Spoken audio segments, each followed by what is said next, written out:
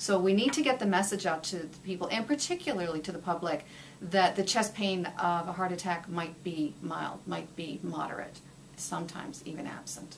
The major findings of the research were that of all the symptoms that a heart attack may present with, nausea, shortness of breath, chest pain, that chest pain was the only symptom that was associated with a sense of congruence, symptom congruence, which is match between what a person thought a heart attack would feel like and what it actually did feel like.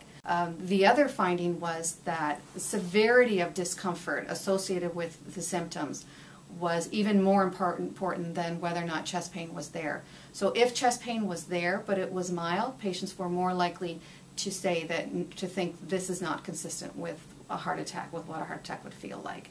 And that's the big concern. First of all, that the chest pain was the only symptom that was associated with people thinking that these are like a heart attack symptoms, and even that it had to be severe in nature. So mild chest pain was discounted.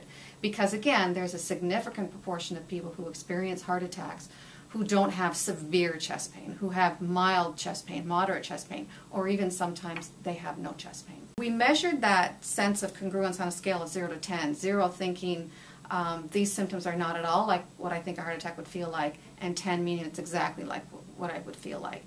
And for those who had a heart attack in the past, they scored a 5.5 on average. So even the group of people who've had heart attacks in the past didn't have a strong sense of congruence in terms of symptoms matching expectations.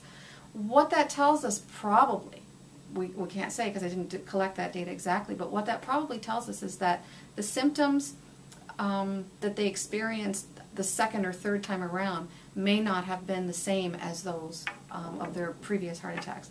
And it is known that people may have symptoms that are different in subsequent heart attacks than they had in previous ones. So people who've had heart attacks need to be educated as well, that don't necessarily expect your symptoms to be exactly like this one. They may be different. You know, you may have had chest pain this time, you might not have it next time. The take-home message that we need to communicate is that symptoms of a heart attack may not be what they expect.